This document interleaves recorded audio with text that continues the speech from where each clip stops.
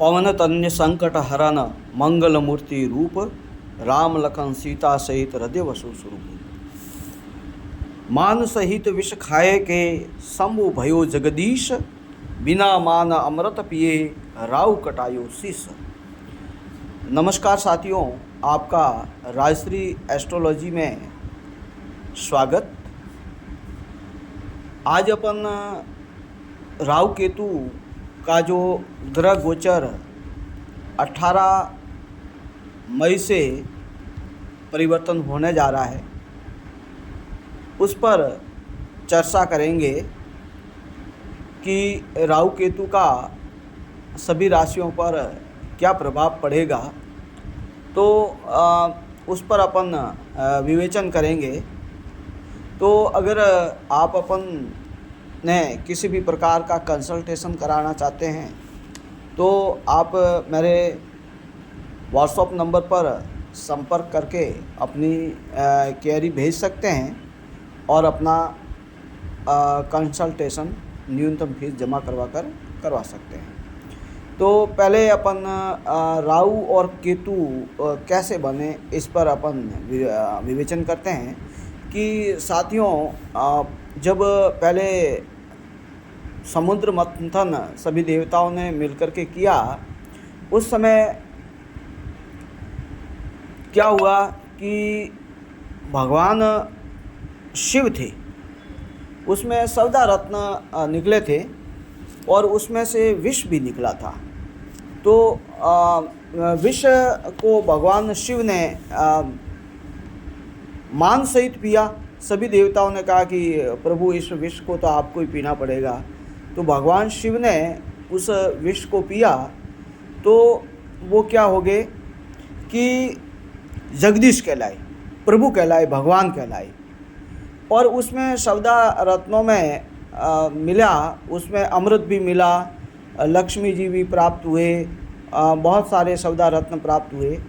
तो एक कलश में जो अमृत प्राप्त हुआ विष के साथ में, तो अमृत सभी देवताओं को पिलाना था, राक्षस भी साथ में थे। तो देवताओं ने विचार किया कि भाई अगर राक्षसों को अपन विष ये अमृत पिलाएंगे तो ये तो अमर हो जाएंगे, फिर हमारे लिए दुविधा होगी। तो उन्होंने क्या किया कि राक्षसों की अलग लाइन बना ली और देवताओं की अलग लाइन बना ली। अब उन्होंने रणनीति से वो मतलब अमृत पिलाना शुरू कर दिया। तो उन्होंने अमृत पिलाते पिलाते आगे चले और उसमें एक स्वर भानु नाम का एक राक्षस था। उसको पता लगा कि देवता लोग हैं, वो देवताओं को तो विष पिला रहे हैं, अमृत पिला रहे हैं, देवताओं को तो अमृत पिला रहे हैं और हमें उसमें क्या पिला रहे हैं, इसके बदले में पानी पिला रहे हैं। तो अब उस स्वर भानु क्या हुआ कि छल कपट करके वो राक्षसों की लाइन से उठ करके देवताओं की लाइन में आकर के बैठ गया। तो देवताओं की लाइन में आकर के बैठ गया तो उसमें जब लाइन में अमृत पिलाते पिलाते उसका नंबर आया, तो जैसे उनको अमृत पिलाया और सूर्य और चंद्रमा देख रहे थे, सूर्य चंद्रमा को पता लग गया कि ये तो राक्षस है, स्वर भानु है और ये अमृत पिएगा तो ये तो हमारे लिए परेशानी पैदा करेगा, अमर हो जाएगा। तो फिर उन्होंने क्या किया कि उसके लिए उन्होंने उनका प्रभु से प्रार्थना की कि भगवान आपने तो ये जो अमृत पिलाया ये तो राक्षस है, अब ये तो सब उल्टा हो गया। तो जब उन्होंने उनको बता दिया तो राहु को, स्वर भानु को पता लगा कि सूर्य और चंद्र देख रहे थे, तो उनका वो दुश्मन बन गया। और भगवान ने फिर उस सुदर्शन चक्र से उनका सिर काट दिया। तब से उसका जो सिर है वो तो राहु कहलाया और उसका सिर के नीचे का भाग है, वो धड़ है, वो केतु कहलाया। तो इस प्रकार से उनकी कथा बनी हुई है। अब सज्जनों, राहु और केतु क्या है? विच्छेदात्मक ग्रह हैं। राहु और केतु विच्छेदात्मक है, ये विच्छेद पैदा करते हैं। जैसे इसमें कहा गया है कि रास उड़ावे वाह, यानी राहु है क्या करते हैं, स्थान परिवर्तन करते हैं। अपनी जन्मभूमि होती है, अपना स्थान होते हैं, तो वहाँ से स्थान परिवर्तन कराता है। और केतु है वो जहाँ पर पॉजिटेड होता है वो क्या करता है, केत सोडावे हेत, यानी केतु है वो हितों को कम करता है, यानी प्रेम संबंधों को कम करता है। तो ये दोनों विच्छेदात्मक ग्रह हैं, इनको छाया ग्रह माना गया है। लेकिन ये कहते हैं कि ये ग्रह भी हैं मान्यता के अनुसार, तो ये भ्रम पैदा करता है। राहु क्या करता है, भ्रम पैदा करता है और कुछ मटेरियल आदि वस्तुओं को प्राप्त करवा लेता है, लेकिन केतु है उनको ख़त्म करवा देता है। तो आइए सज्जनों, ये राहु है वो शनि का सेनापति है और केतु है वो मंगल का सेनापति है। ये दोनों सेनापति हैं वैसे, और गुरु के समान राहु इस केतु को माना गया है और शनि के समान वैसे राहु को माना गया है।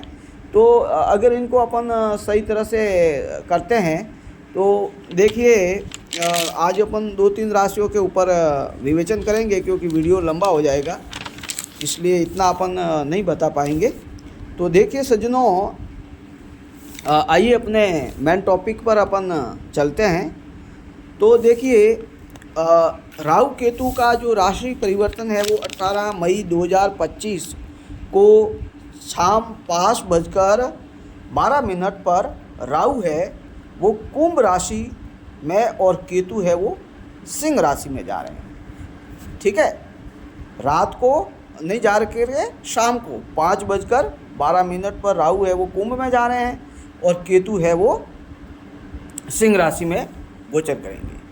तो देखिए, राहु है वो शनि अपने अधिपति की कुंभ राशि में बैठकर अपनी 5वीं दृष्टि से मिथुन और 7वीं दृष्टि से सिंह व 9वीं दृष्टि से तुला राशि को देखेंगे। अब राहु है वो अपने अधिपति है, शनि है, शनि की राशि में जा रहे हैं, तो राहु तो खुश है, शनि की राशि में जा रहे हैं, अपने मालिक की राशि में जा रहे हैं, राजा के घर में जा रहे हैं। ठीक है, और जो सेनापति है, तो राहु खुश होकर के उसमें जा रहा है। और केतु अपने सूर्य की राशि सिंह में प्रवेश करेंगे। अब जो अपनी 5वीं दृष्टि से धनु, 7वीं दृष्टि से कुंभ व 9वीं दृष्टि से मेष राशि को देखेंगे। तो इस समयावधि में सबसे बड़ा ग्रह है वो शनि है, राहु है, केतु है, गुरु, ये सभी बड़े ग्रह हैं। तो इन पर अपन विवेचन करना बहुत ज़रूरी होता है। तो आइए सज्जनों, आज अपन मेष से लगा करके कन्या तक का विवेचन कर लेते हैं। देखें, मेष से कन्या तक। मेष राशि में राहु है वो 11वें में गोचर करेंगे और 11वें में गोचर करेंगे तो लाभ में फलीभूत होंगे थोड़े से, क्योंकि कुंभ राशि पड़ती है। और तीसरे व 5वें व 7वें घर पर ये दृष्टि डालेंगे। तो तीसरे घर पर दृष्टि डालेंगे तो पराक्रम को बढ़ाएंगे, है ना, और 5वें पे दृष्टि डालेंगे तो प्रेम संबंध को बढ़ाएंगे। लेकिन ये जो संतान संबंध है इन पर थोड़ी प्रॉब्लम ये करेंगे। और सातवीं पर दृष्टि है, 7वें घर पर भी उनकी दृष्टि है, तो पार्टनर से प्रॉब्लम पैदा कराएंगे। और प्रेम संबंध है, वो वैवाहिक जीवन है, उसमें भी कुछ दुविधाएं पैदा करेंगे। केतु है वो मेष राशि में 5वें घर में गोचर करेगा और 9वें, 11वें व तीसरे घर पर इनकी दृष्टि रहेगी। अब 5वें घर पर गोचर करेगा तो ये क्या करेंगे, संतान को प्रॉब्लम देंगे, विद्या में प्रॉब्लम देंगे, भ्रम पैदा करेंगे, ये इनका प्रेम में विच्छेदात्मक व्यवहार रहेगा। और 9वें घर में देखने से ये गुरु से भाग्योन्नति है, धर्मोन्नति है, उनमें भी कुछ प्रॉब्लम करेंगे। वैसे गुरु को शुभ माना गया है, केतु को शुभ माना गया है। और तीसरे घर पर भी इनकी दृष्टि रहेगी तो पराक्रम में वृद्धि होगी। अब वृषभ आता है, वृषभ है 10वें घर में इनके राहु है वो प्रवेश कर रहे हैं। तो 10वें घर में प्रवेश करेंगे तो कह रहे हैं कि राहु है पॉलिटिक्स से संबंधित होता है, तो राजनीति का कुछ फ़ायदा इनको दे सकता है। कार्य क्षेत्र में भी ये थोड़ा उनका क्या करेंगे, बदलाव करेंगे ये। और दूसरे घर में देखेंगे तो धन संबंध और कुटुंब का भाव होता है, तो उसमें ये क्या करेंगे, विच्छेदात्मक पैदा करेंगे, है ना, वहाँ पर कुछ प्रॉब्लम खड़ी करेंगे। और सौते भाव में माता भूमि भवन का होता है, तो प्रॉपर्टी के क्षेत्र में भी उनको कुछ प्रॉब्लम देंगे। और छठे घर पर दृष्टि होने से ये क्या करेगा, रोग ऋण और बीमारी शत्रुता आदि पर नियंत्रण करेगा। केतु है वो सौते 8वें 10वें व 12वें घर में होगा, तो केतु सौते में आएगा तो ये क्या होगा, माता भूमि भवन वाहन से क्या करेगा, प्रेम संबंध तोड़वाएगा, है ना, ये प्रेम संबंध तोड़वाएगा, है ना, अपने स्थान से ये दूर भेजेगा केतु। और 8वां भाव में क्या होता है कि 8वें भाव में इनकी दृष्टि होने से शोध कार्य है, धार्मिक कार्य है, मंत्र तंत्र है, गुप्त विद्या हैं, गुप्त साधनों से उनको लाभ होगा। 10वें भाव पर उनकी दृष्टि होने से ये क्या होगा, राजपक्ष है, उसमें थोड़ा कुछ प्रॉब्लम पैदा करेगा। और 12वें भाव पर दृष्टि होने से खर्च में अधिकता है, कोर्ट कचहरी के मैटर है, हॉस्पिटल से संबंधित कुछ संबंध बनेंगे इनके। मिथुन राशि के बारे में देखते हैं कि मिथुन राशि में राहु है वो 9वें घर में प्रवेश कर रहे हैं। तो 9वें घर में प्रवेश करने से क्या होगा, ये 9वां घर में प्रवेश करेंगे तो शरीर पर इनकी दृष्टि होगी, यानी पहले भाव पर दृष्टि होगी, तो मानसिक चिंता होगी, कष्ट होगा, टेंशन होगा। और पराक्रम पर दृष्टि होने से भी पराक्रम में थोड़ा वृद्धि रहेगा, लेकिन उसमें क्या होता है, आलस्य पैदा करेगा। और प्रेम संबंध होंगे, प्रेम संबंध पर उनकी दृष्टि है, तो ये प्रेम संबंध में क्या करेगा, विच्छेद पैदा करवाएगा, विच्छेद पैदा करता है। राहु का काम क्या है, प्रेम छंद संबंध से विच्छेद पैदा कराना। और केतु है अपने प्रेम संबंध यानी वहाँ से ये अलगाव करेगा। और केतु है वो 3रे घर में आएगा, तो वहाँ से वो पराक्रम में बढ़ोतरी करेगा। और 7वें घर में उनकी दृष्टि होने से ये पार्टनर है, लव लाइफ है, वैवाहिक जीवन है, उसमें प्रॉब्लम पैदा करेगा।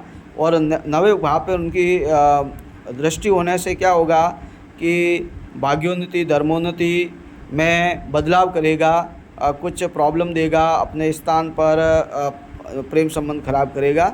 और 11वें पर दृष्टि होने से ये लाभ में थोड़ा रहेगा, लेकिन कुछ प्रॉब्लमें ज़रूर देगा, क्योंकि ये लाभ के 6 घर में भी क्या होता है कि जैसे मांगलिक कार्य है आदि है, जो भी है, अपने लाभ जहाँ से प्राप्त होने वाला है, तो वहाँ पर प्रेम संबंध खराब करेगा, तो वहाँ से थोड़ा पेमेंट है वो भी क्या है, अटकेगा, सही टाइम पर नहीं आएगा। तो आप इनके राहु और केतु का उपाय करते रहें। जैसे आप कबूतरों को बाजरे का दें और दाने दें, मछलियों को दाने दें, है ना, बंदरों को भी खिलाएं। और हनुमान जी की पूजा करें, शिव जी की उपासना करें, क्योंकि शिव जी से ये राहु और केतु दोनों डरते हैं, इसलिए शिव जी की उपासना करते रहे। ओम नमो शिवाय, ओम नमो शिवाय, ओम नमो शिवाय। शिव जी को जल अर्पण भी आप करते रहें। और राहु के मंत्र ओम राम राहुवे नमः, ओम राम ह्रीम भ्रोम स राहुवे नमः।